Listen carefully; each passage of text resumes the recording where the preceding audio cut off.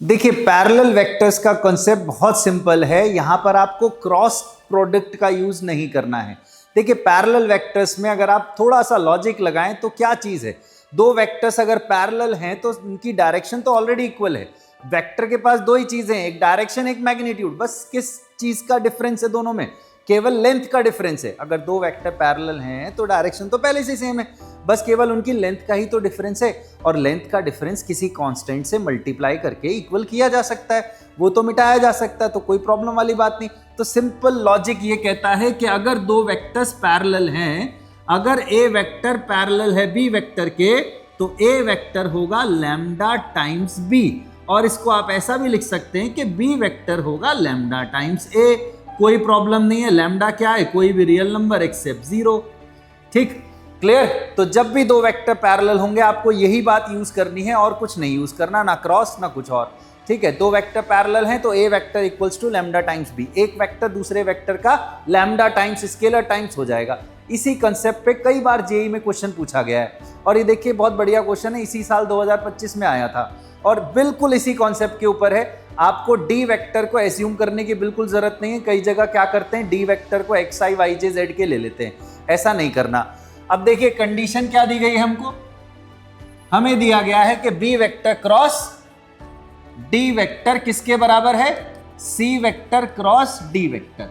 तो ऐसी सिचुएशन में आप क्या करिए, इसको लेफ्ट हैंड साइड में लेकर के आइए, B vector cross D vector minus C vector cross D vector, और आप देखेंगे राइट हैंड साइड में बचेगा जीरो वेक्टर नल वेक्टर, यहां से आप डी वेक्टर क्रॉस को कॉमन ले लीजिए, ये बन जाएगा B vector minus C vector.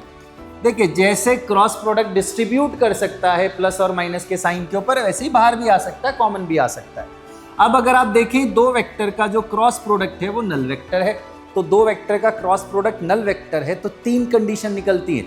कभी भी डायरेक्टली मत कहना कि पैरेलल हो जाएंगे, तीन कंडीशन निकलती है, या तो ये नल वेक्टर होगा, या तो ये नल वेक्टर होगा, या तो फिर दोनों पैरेलल होंगे। अब देखो b माइनस सी तो नल वेक्टर है नहीं, b और c हमको दे रखे हैं, माइनस करके आपको दिख ही रहा होगा। d वेक्टर नल वेक्टर है नहीं, उसने तो पूछा ये d वेक्टर की वैल्यू बता दो भाई, ठीक है बात। तो भैया ये दोनों तो नल वेक्टर नहीं है, तो इसका मतलब कंडीशन क्या है, b minus C parallel to d vector. तो यहां से d वेक्टर कितना आ गया भाई, lambda times b minus C. बस सिर्फ आपको लैम्डा निकालना है, लैम्डा बहुत आसान है, यहां पर आपको a डॉट डी करके 4 रखना है।